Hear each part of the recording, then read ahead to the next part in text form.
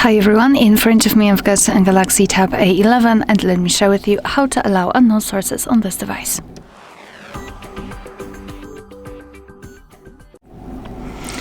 Alright, so this operation is useful if you wish to download the app from other source than the Play Store. So for example, directly from the internet or something like that.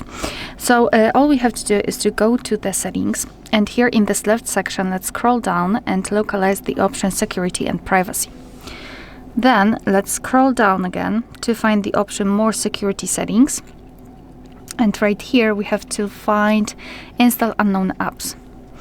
And right here we've got the list of apps which are allowed or not allowed to install some content. And of course we can change it. So let's pretend I'd like to download the app from Chrome. So simply find it in the list and then tap on the switcher next to it. And from now on the Chrome is active and it means that I can download something from it. Basically it works the same with all other apps, so just find it and then tap on the switcher next to it. And if you wish to turn off, to remove previously granted permissions, just tap on those switchers or tap on deny all. Be aware, because basically you're doing it on your own responsibility.